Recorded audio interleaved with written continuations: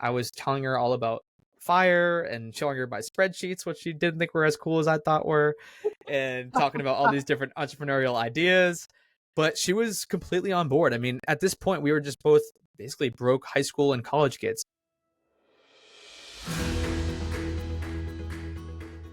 Hi there, I'm Mindy Jensen. And I'm Carl Jensen. And this is the Mindy And Carl on Money podcast, where we talk about life after financial independence. Tell me again, why do we call this show Mindy on Money?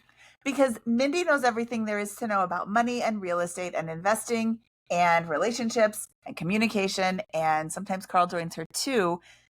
Wouldn't fit on a bumper sticker. Wow. On this episode of Mindy And Carl on Money, Carl and I talked to Cody Berman from Gold City Ventures about entrepreneurship, relationships, and talking to your partner about financial independence. Before we get into this one, I want to say a little bit about Cody. Cody is a pretty amazing person. We've known him for years. He's 27 years old, and he is really, really killing it in life. If you listen to the podcast, you'll know how much he's making. Some people hear information like this, and they say, well, this is not replicatable. I can't do this. And they make excuses. I would encourage you when listening to this, instead of making an excuse for why I can't do this thing, figure out a way you can, because while his path might not be exactly replicatable for you, I believe everyone has a path and there is a way for everyone to do something great. Yeah, take some inspiration from Cody because he truly is crushing it on his Gold City Ventures. Before we get started, let's take a quick break. Today's episode is sponsored by our favorite resources: money management, household stuff, essentially all of our favorite things. That's right. Today's episode of Mindy and Carl on Money. Oops. Where was I? Oh, you have an M there, so I'm confused. Yeah. Okay. This will be great for the blooper reel. Okay, I'm just going to read right off the thing. That's right, Carl. Today's episode of Mindy and Carl on Money is sponsored by our favorite resources, which can be found at mindyonmoney.com/resources. And now let's jump into the show. Cody Berman from Gold City Ventures, welcome to the Mindy on Money podcast. I am so excited to talk to you today. I am equally excited. It's been a long time since I got to chat with you guys, and let's do this thing. It has been a minute and a half. So, Cody, would you consider yourself financially independent? Yes, I think I reached that mark from any traditional way of measuring it probably 2.5 years ago when I was 25. 25 years old and financially independent. Okay, that's a story that we're going to need to dive into quickly because I know that you have told your story several times. But let's dive into it. How did you get to be financially independent? I think first and foremost, I continued to be extremely frugal after college. So I was really lucky to discover the whole FIRE movement super early on, sophomore year of college, or maybe it was going into junior year summer. Doesn't matter. I was young. I was cheap. Not even frugal. I was cheap. I was not spending money on things I didn't need to spend money on. Kept that up post-college. Got a pretty good job straight out of college. I was side hustling during that whole time. So I was increasing my income in various ways, investing the difference. I had like an 80% savings rate. My income kept going up and up and up through mostly entrepreneurship because I ended up quitting that corporate job after 7 months.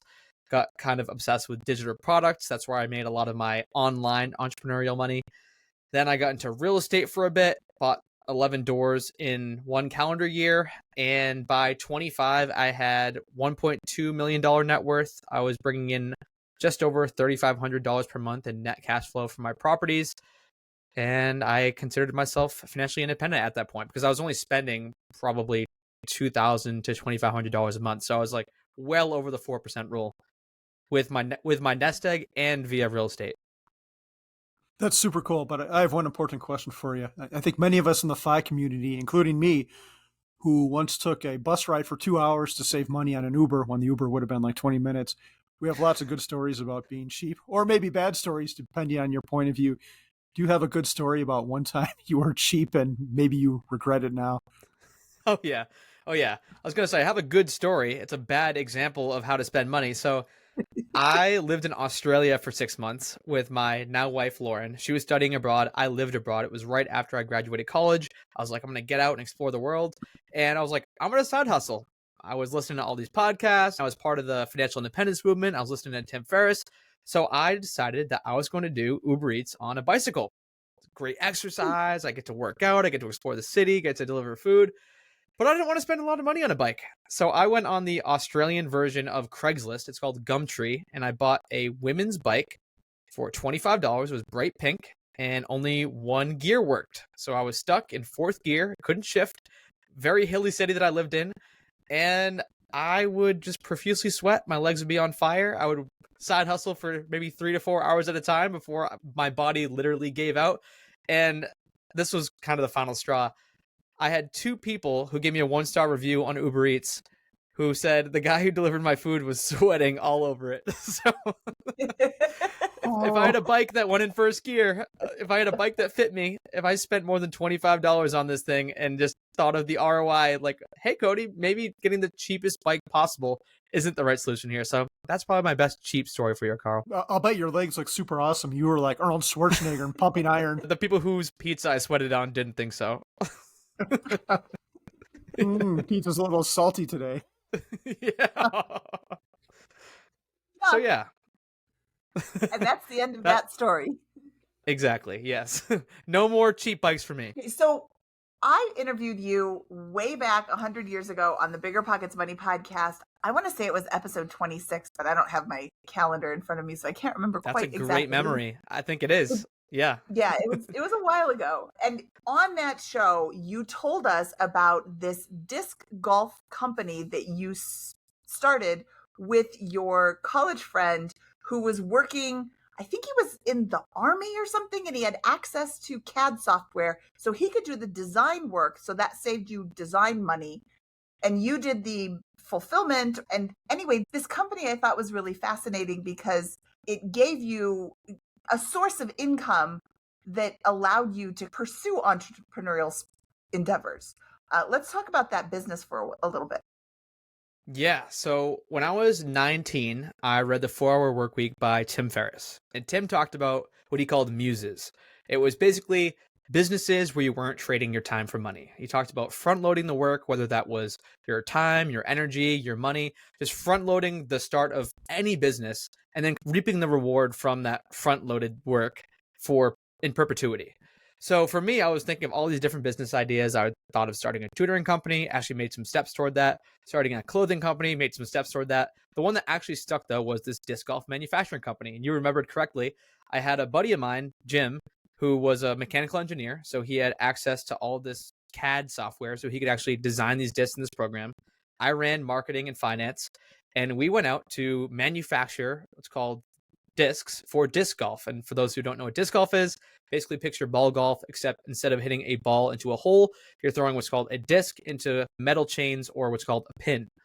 So with that sport, just like golf, you have like your drivers and your mid-ranges and your putters. And so we went out and started creating drivers and mid-ranges and putters, and the business started to take off quite a bit. We actually had a Kickstarter campaign before we even launched anything so we could seed fund this a little bit, raised $10,000 from across the disc golf community. So we had some seed money. And then we were off to the races. There was a lot of struggles and hardships. We can talk about those or not talk about those if we think that would be helpful. But honestly, that business taught me more about entrepreneurship than I could have ever imagined, than I could have ever got from any book. Like, I learned so many lessons from the 4-Hour Workweek and all these other books that I was reading at the time. But until I started that first business and I started to learn about marketing and sales and fulfillment and product and inventory and dealing with customers and negotiations, like all of these meta skills and hard skills and soft skills that I wouldn't have got otherwise in school or reading a book, it was just the foundation for all of my entrepreneurial success to come. Can you talk about some of the failures or your biggest learnings from that business? I don't know if I'd ever go into physical products again, or not in the same way that we went into physical products. It wasn't a failure, but there's just so many headaches, and I don't think that people realize the logistical nightmares that come with, housing inventory, and some things might be misshapen or some things might not be in a temperature controlled room. Then dealing with shipping and packaging and customers not getting their orders, customers lying about not getting their orders. There's just so much that goes on with having a physical product business. and the margins just aren't as big as some other businesses. Like now I'm kind of all about digital products because you can deliver them from your computer and they have 90+% profit margins. But I think if I could go back in time, I probably would have started maybe a digital product business or figured out a way to have that business, the disc golf business, be less capital intensive, because we just poured every single dollar we had into that business. I think we ended up scrounging together an additional 20 grand on top of that 10 grand that we raised from Kickstarter. So it was like 30 grand all in, because we had to get these what's called molds from China with CNC machine. And then we had to do multiple rounds of product sampling. And there was just way more than I could have ever imagined that goes into this process. And with disc golf specifically, like there's different plastics. You have to, mix this different plastic with this plastic, and that gives you this flight path, and that gives you this grip. And so we were just like messing around. It was a lot. I felt way over my head at so many different points. And then, just dealing with retailers and dealing with all of these different parties, like there's manufacturers, and there's the testing facility, and then there's customers, and there's so many moving pieces. But like I said, I learned so many lessons and things I wouldn't do, like start a physical product business again. I think there's a huge lesson in that. You think of the biggest companies in the world now, like Facebook, Microsoft, Google, even Amazon, who I don't think most people understand. Amazon makes most of its money from AWS, which is a software product. So most of the biggest companies in the world, it's all about services. It's not a physical product. And you don't have to say anything about that. I just think it's an interesting observation. You can make something once and sell it a million times, or a disc, you'd have to make it a million times and find a way to get it to a customer a million times. Cody, you've referenced digital products, and Carl just gave an example of digital products. What kind of digital products are you selling now? Okay, I'll backtrack and talk about when I first got started. So I first got introduced to digital products. My friend Julie was selling printables on Etsy. And I'd never been on Etsy before. I'd never heard the term printables before, but basically what she was selling was games and invitations and thank you cards and all these different things that you print out on a computer. Some of them were just digital files that you could get on your computer and you didn't necessarily have to print them out. But I'm like, people are actually paying you money for those? Like, so I went on Etsy. I'd never been on Etsy before, and I checked out her shop, and I think she had made like $6,000, and she said she had put like probably 120 hours into it. And so I did some mental calculations, and I was like, that's $50 an hour. Like, that sounds awesome. And at that point, like I said before, I was doing side hustles like riding a bike and delivering stuff on Uber Eats and the disc golf, which was a massive headache. I was also doing like freelance writing, some podcast editing, some blog editing. But most of these other things were taking up so much of my time to then make money. It was either I was trading my time for money directly, like the Uber Eats, or I was just spending an inordinate amount of time building the business with maybe not as much return as I want to see, like the disc golf. It was just such a mental headache, even though I was making pretty good money at its peak, which was like $2,000 a month. Eventually we got to systematize that business a bit, but those first like 2 years were just grueling. So come, I think it's 2019. Yeah, 2019, started getting into the digital products game, and I just kind of followed suit with my friend Julie, and I started selling invitations and themed games and party stuff. And so just to give you an example, I was creating a bunch of stuff for Valentine's Day. Valentine's Day is a huge holiday on Etsy. So I created like love coupons. I created these custom thank you cards that you could, put the picture of your spouse in a little heart and say, I love you. So you could put a picture of Carl in there and write him something nice and say, I love you, and print it out, pay $5. And it's a little bit nicer than just going to the store and getting like a Hallmark card. So I created all these like little custom niceties and trinkets that you could buy for significant others for Valentine's Day. And I started my shop in October. In that February, I ended up making $700 in 1 week. And I didn't have my laptop. I wasn't working that week because I was actually at SkiCon. I was skiing with a bunch of our FinCon buddies like Nick Loper and PT and all those guys. And I just remember that week. It was like the first time, like so many times I'd heard on podcasts, passive income, make money while you sleep. This is the first actual time where I'm like, I created these products back in December and January. I just made $700 this week. Like, it was the first true passive income where I wake up and I look at my phone and it's like, you made $80 already before you woke up. And that's why you can tell my face is lit up right now. That's why I just became so obsessed with digital products, because I didn't have to worry about oh, this disc has a little dent in it. This person didn't get their order. It was so much more passive. It was 95% passive versus this other business where I had to worry about shipping and inventory and customers and all that fun stuff. And you said you started this in 2019? You've been doing this now Yes. for Yep. 5 years? 2019. 5 years. Yeah. Yep. Holy cow. So what does this digital product day look like? Are you designing every day or fulfilling orders every day? Is it an automatic fulfillment? Yes. Sorry, I should have went back and answered your original question, which was, what are you selling today? What's your process today? But I did want to rewind to the beginnings because I think that's more relatable for most people. Now, I just do the keyword research, so figuring out what products to sell, and I have a designer who sells them for me. But for the first 2 years, yeah, every day I was doing my own research. I was creating my own products based on different trends, different keywords, different holidays, like the Valentine's Day example. And fulfillment was handled by Etsy and these other platforms. So when someone buys my thing, I just basically list it and it can get sent out to 1,000 people with no additional work needed on my end. Unlike discs, where there's, like you said, Carl, you have to worry about, is USPS going to make it there today? Like, are they going to be late? This person is international. Now I have to use DHL. Like, there's just so many logistical nightmares that can happen. Whereas delivering something digital, like a digital product on Etsy or Amazon AWS, these things just automatically happen. Like, you build the software, you build the product once, and it can be automatically delivered to an unlimited number of people, really. Do you care to share how much money you make from digital products? And you also have a course around it too, correct? Yes, yes, and yes. I will share both. So now, well, I guess I'll rewind to back when I first started. So I had that really gangbusters month where I made that $700 in 1 week, and that just kind of changed everything for me. I went all in because, as you can imagine, there was no other side hustle that I was doing at the time that was netting even close to that same ROI, like dollar per hour. It was just so much higher than the other stuff. Driving for Uber or even freelance writing or blogging, like I would spend 2 hours on a blog post and get paid $100. This, I could create a product and then not work in my shop and make 700 in a week. So I, for that first year, spent a ton of time on it. I think some of my best months were in the low thousands, and then the worst months were probably in the high hundreds for that first year. But now I've expanded to much more, or I've expanded to many more different types of digital products. Now I'm selling templates and ebooks and like mini courses and all these other things that are kind of just like templatized. Now digital products are probably bringing in, depending on the month, anywhere from $20,000 to $30,000 a month, which is What? obviously, yeah, which is obviously way more than it was back in 2019. Say that again. You're bringing in $20,000 to $30,000 a month selling digital products online.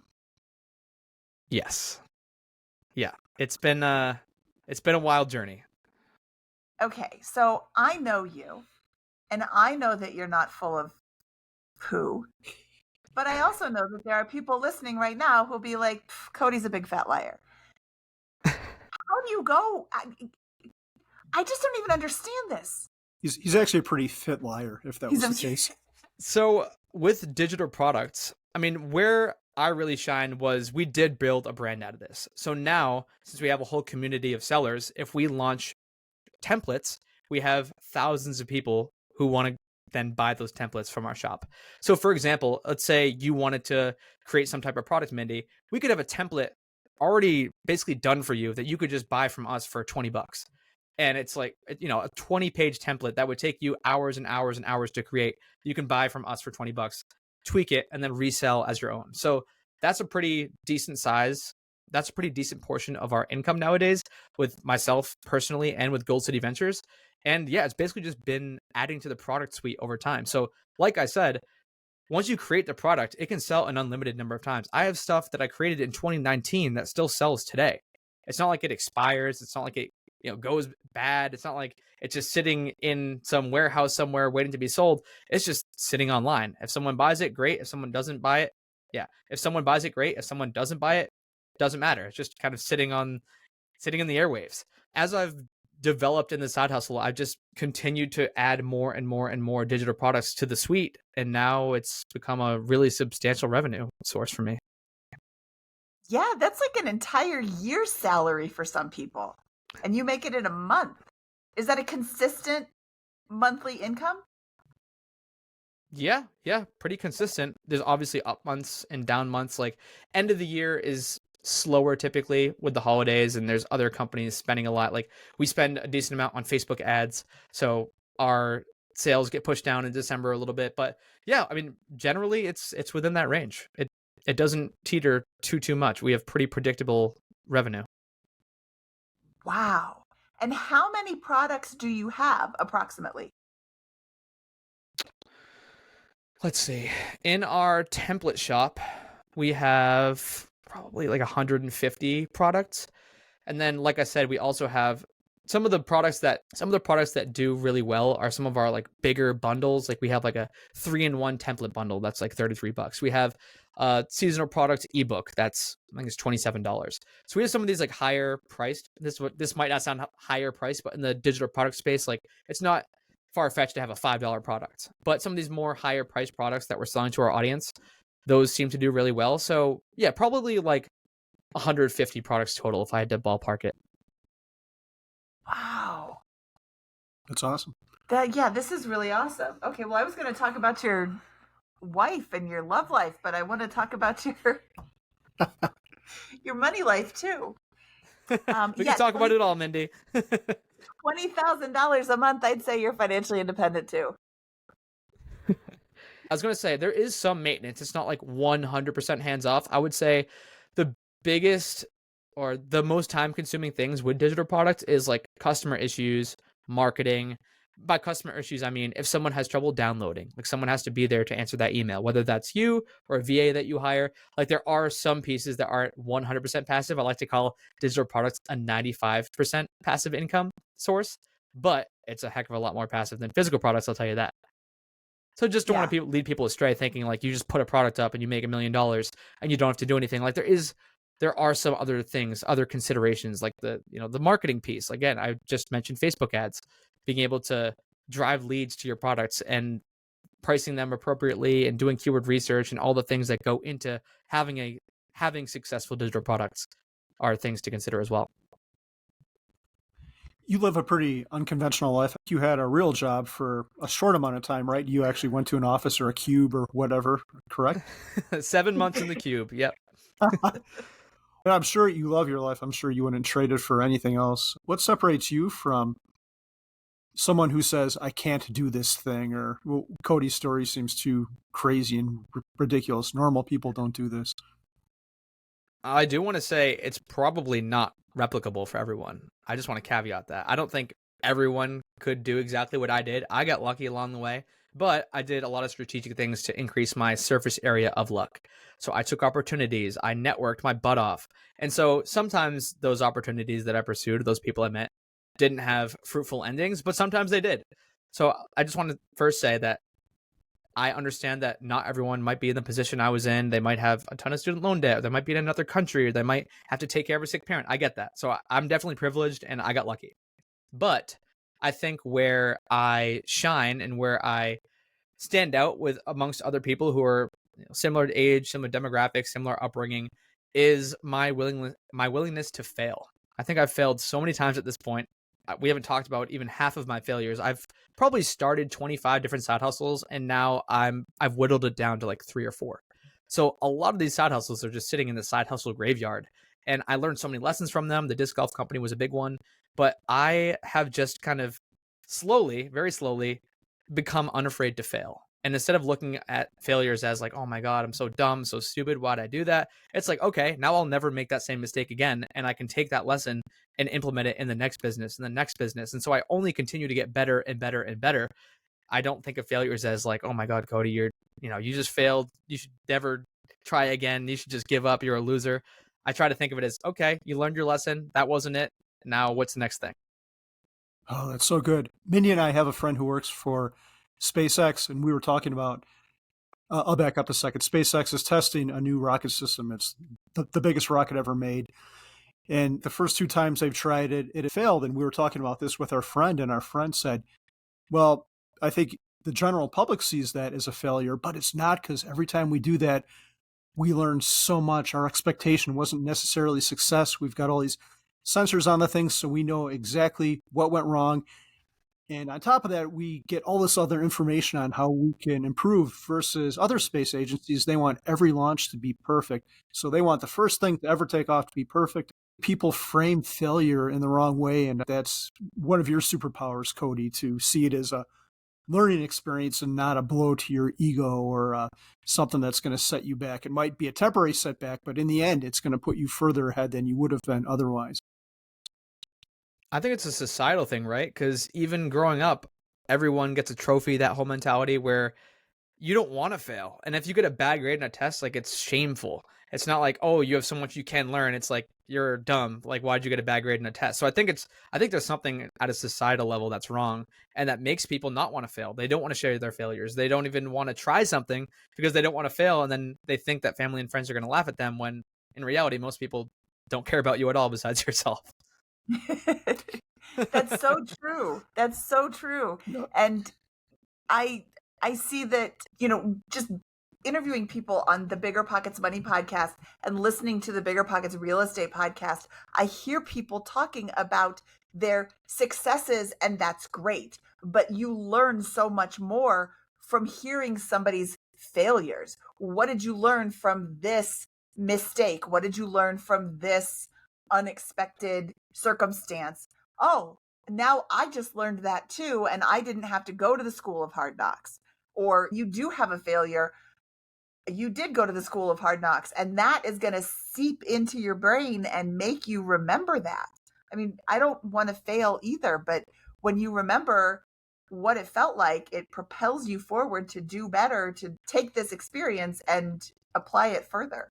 How many hours a week or a month are you spending on your printables, management, etc.? Now, probably like 5 hours a month, just because I have so many products in my shop. It's mostly just generating product lists for my VA to create, and then she will create them and list them in my shop. And Etsy has been pretty consistent and pretty steady for me, but I've definitely put it on the back burner. And we could talk about other stuff I'm doing now, but I have shifted my focus toward other ventures. We've been doing a lot of like joint ventures, helping other people launch memberships and courses, which has just been something we've been working on for like the past year and a half. So that's where a lot of my time and attention has been focused. So I am still working a lot. It's just on my Etsy shop specifically, probably like 5 hours a month. And still generating $20,000 to $30,000 a month. So maybe I should have specified. That's not just my Etsy shop. That is also, I was including Gold City Ventures in that as well, which has like all those different templates. Exactly. All digital products, not even just printables, digital products as well. So that's including like mini courses and templates and, the 3-in-1 bundle that I mentioned. Like I was bundling all of that into one. Okay. And yes. Is that bundle still the 5 hours a month? No. I was just for my Etsy shop specifically, it's like 5 hours a month. Even Gold City Ventures, though, I've definitely been spending less and less time on because, like I said, we've kind of been expanding and stepping into this joint venture arena, helping other people launch similar things to what we launched and harnessing the power of digital products and courses and stuff like that for their brand. So yeah, it's probably like, if you're going to include the Gold City Ventures portion of that digital product, it's probably like 20 to 25 hours a month. Okay. Ballparking it here. Doing some mental math for you, Mindy. No, that's good. Ballpark is fine. Okay. So, Cody, I have known you since 2018. We met at a Camp Fi in Florida. You were the pull-up champion. I'm not sure if you remember that. I'm sure you do. That's a great intro, Mindy. That's funny. Yeah. I remember that because I was supposed to participate too, and I tried to evade it. And then our mutual friend Bianca saw me walking around and reeled me in. I think I did like 10, which I'm still proud of. But Cody, how many did you do? I think I got 23 dead hangs that day. Damn. Not that I remember. Right. Yeah. So, Cody Berman, pull-up champion. You are recently married. how did you meet your wife? And how long did you date before you got married? Did you discuss money before you got married? I want to know all the details. Not all the details. Yeah. Okay. I'll leave out some. We have known each other now for, I'm trying to do math again. You're making me do a lot of mental math here, Mindy. You're Probably welcome. for 15 years. So we actually grew up in the same town. We went to the same middle school, went to the same high school, but we didn't start dating officially until I was a sophomore in college. She was in her senior year of high school. So she's 2 years younger than I was. But again, we had known each other for a couple years at that point. Not really well, but we knew of each other. We started dating, and that was just around the time when I was getting introduced to Tim Ferriss and the financial independence stuff. Again, 19. It was like that perfect age, sophomore year, where I started all this entrepreneurial stuff. So we talked about this stuff from the very beginning. I was telling her all about FIRE and showing her my spreadsheets, which she didn't think were as cool as I thought were, and talking about all these different entrepreneurial ideas. But she was completely on board. I mean, at this point, we were just both basically broke high school and college kids. Like our expenses were so low. I was like, look, my plan at that point was I'm going to work in a corporate job for 7 years and I'm going to save up this money and I'm going to go into finance. This is what I'm going to make. If I save 80% of my income for 7 years, we're going to be able to hit FI and I can quit my job at 29 or whatever it was. Obviously, talking to you guys today, my story went a little bit different, but she was on board the whole time. So once we graduated, we moved to Australia together. We were super frugal then. Again, maybe cheap, maybe too cheap in some regards, like with the bicycle. But yeah, we just made it work and she was on board. We never lived lavishly. We have started slowly upgrading our lifestyle over the past couple of years as my income has increased and we still keep a healthy savings rate. But for the first 3 years post college, it was just grind, keep expenses as low as possible, raise income as much as possible, and invest the difference. And she was on the same page every step of the way. Does she work? She does, yes. So right when she graduated, she got a couple jobs in public health, which is what she majored in. She has since pivoted out of public health. She actually helps us with Gold City Ventures with some of the admin work because that's become a beast in and of itself, as you guys have heard. There's a lot of stuff going on there. And then she actually started her own travel planning company last year. So she does boutique planning for people who want to go on a honeymoon or go on some kind of exotic adventure, but they don't know the first thing about booking places or where to go or how to get the best flights and things like that. So she actually started that last year, and that's what she does with most of her time. And then we also co-manage our real estate portfolio together. Have you ever had a fight about money?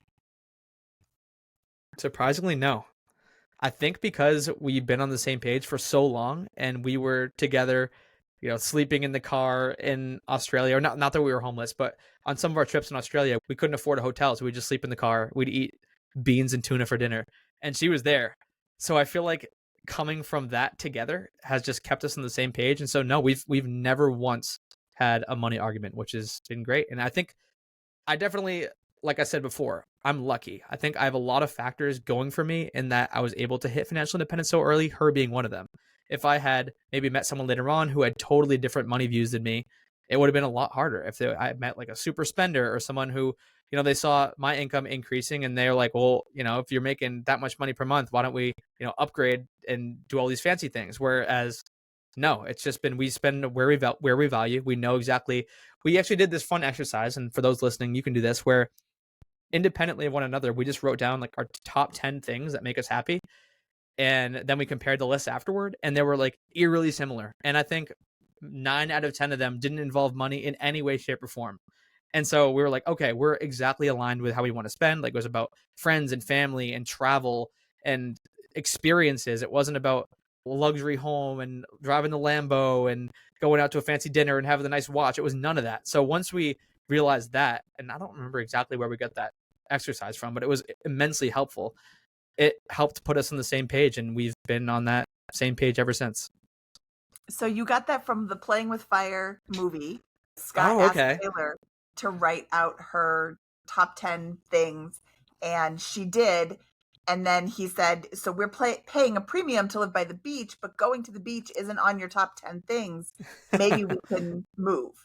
So I love that you did that. I love that you've never had any fights about money. We have also never had any fights about money. And it sounds like you are in agreement with us with our episode that released on Valentine's Day, where we said that your partner is the number one most important financial decision that you will make. And choosing the right partner will has been a great decision for you.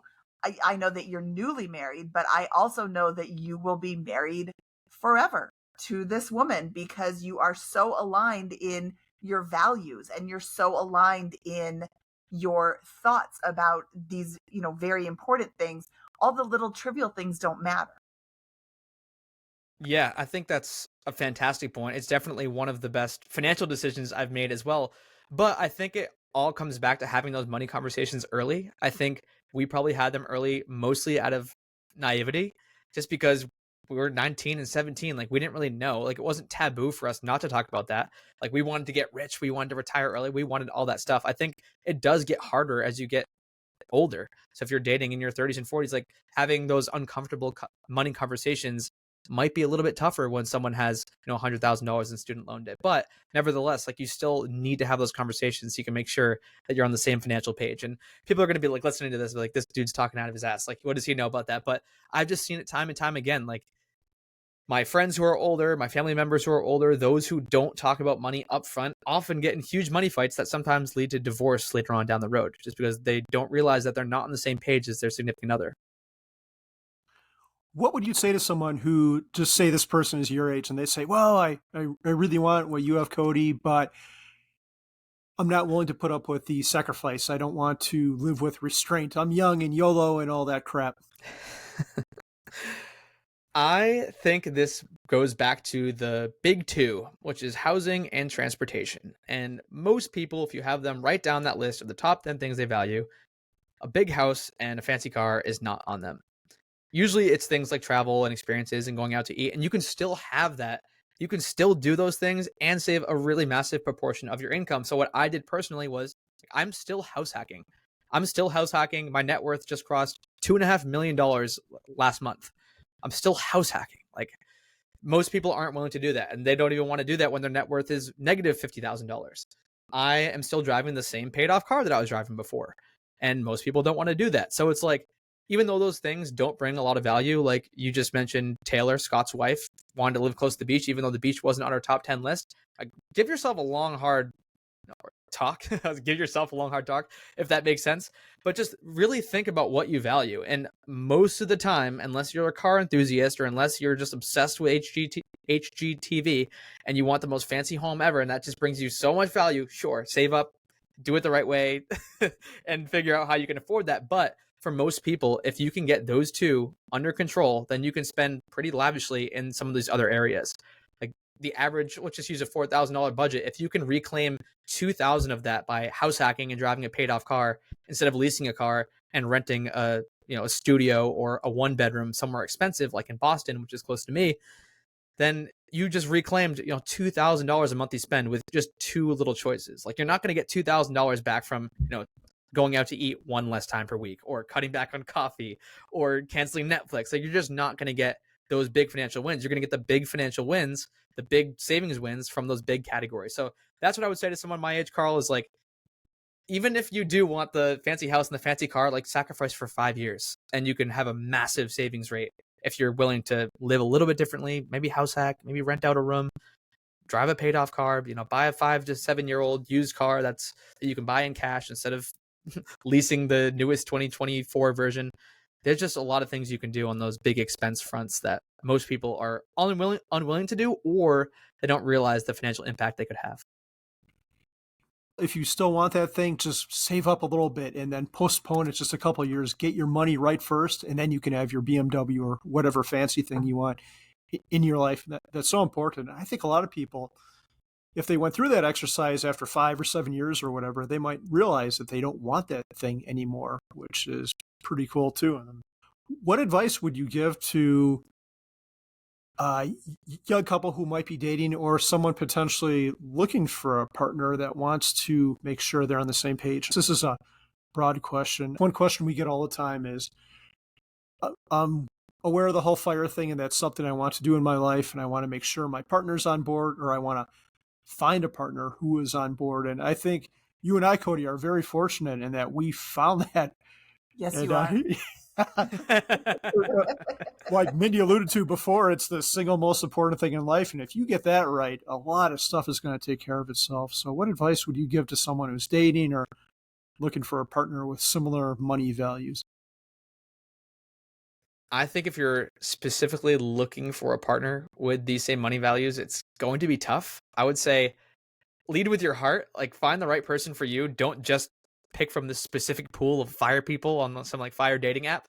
But if you are someone who's trying to convince a spouse to get on the path with you, don't go the path that I went right at the beginning, which was the spreadsheet route. Like I quickly realized that was not the route. I'm showing her my spreadsheet in Excel. I'm like, look at this compound interest. If we save this much for 7 years, like we can hit financial independence. No, you got to lead with the destination. Like nobody's selling the plane ticket to Aruba talking about all of the stuff on the plane, like, oh man, the seat's so comfy and the plane has all these awesome snacks. No, you're selling the destination. Like you're talking about how awesome the beaches are at Aruba and the water's 85 degrees. So it's the same thing when you're trying to convince a spouse on this path. It's like, okay, the journey might not be super glorious. Like there might be a little bit of turbulence, but once we get there, we're going to be chilling. Like it's going to be awesome. So I think a lot of people go wrong trying to sell the journey where they should be selling the destination to a spouse. The spouse doesn't care about savings rates. They don't care about compound interest or spreadsheets. What they do care about is, hey, babe, if we do this for 10 years, we don't have to work anymore. We can do whatever we want with our days. We can go to the park in the middle of the day. We can go to the gym in the middle of the day. We can spend more time with our kids. We can do more stuff with friends. We can go on more trips. Leading with that is going to be a lot more effective than selling them the spreadsheet route. Oh, that's so good. Start at the end and work backwards. Yeah, Cody Berman is only 27 in actual age. He's wise beyond his years. Thanks, Mindy. I have a lot to learn still. Well, that's very humble, but also I think that you are wise beyond your years. I'm not just saying that. I love talking to you. And I am so thankful for your time today. Cody, where can people find you online? If people like listening to me talk about financial independence and things of that sort, I do have a podcast of my own called The Financial Independence Show, or the FI Show for short. And then all things digital products. And my main business is called Gold City Ventures, goldcityventures.com. We will link to all of this in the show notes. Thank you so much, Cody. Appreciate you guys. This is a lot of fun.